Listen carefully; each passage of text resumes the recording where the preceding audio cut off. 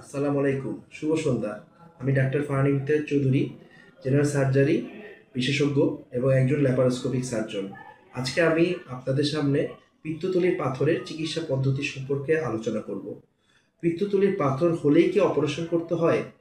পিত্তথলির পাথর হওয়ার পরে যদি রোগীদের পেট ব্যথা হয়, জন্ডিস হয়, বদহজম হয়, সেক্ষেত্রে এই উপসর্গগুলো নিয়ে রোগী আমাদের সার্জারি বিশেষজ্ঞদের কাছে যখন যোগাযোগ করেন, আমরা পরীক্ষা নিরীক্ষা করে যখন রোগটার ধরন সম্পর্কে আরও শিওর হই, তখন আমরা রোগীকে অপারেশনের সম্পর্কে ধারণা দিই।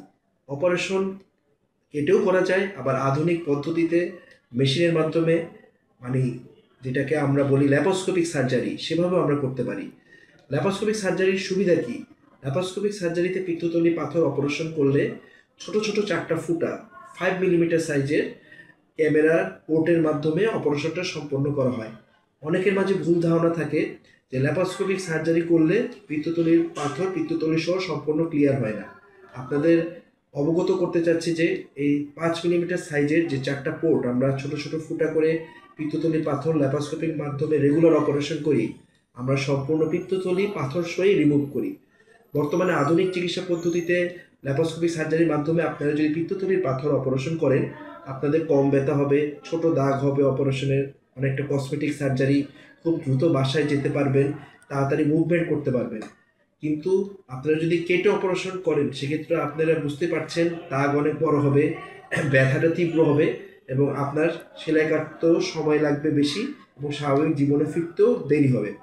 সুতরাং আমি আশা করব আমার সম্মানিত রোগী যারা পিত্তথলির পাথরের সমস্যায় ভুগছেন, আপনারা সর্বাধুনিক যে অপারেশন পদ্ধতি ল্যাপারোস্কোপিক সার্জারি, সেটা সম্পর্কে আপনারা সবাই অবগত হতে পেরেছেন আমার এই ভিডিওটার মাধ্যমে। এবং পিত্তথলি পাথর ল্যাপারোস্কোপিক সার্জারির মাধ্যমে করলে যে পিত্তথলি পাথর সহ সম্পূর্ণ রিমুভ হয় না, এই ভুল ধারণাটাও আপনাদের কাটবে।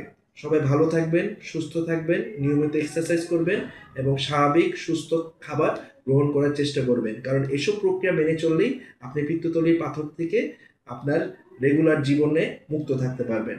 আসসালামু আলাইকুম।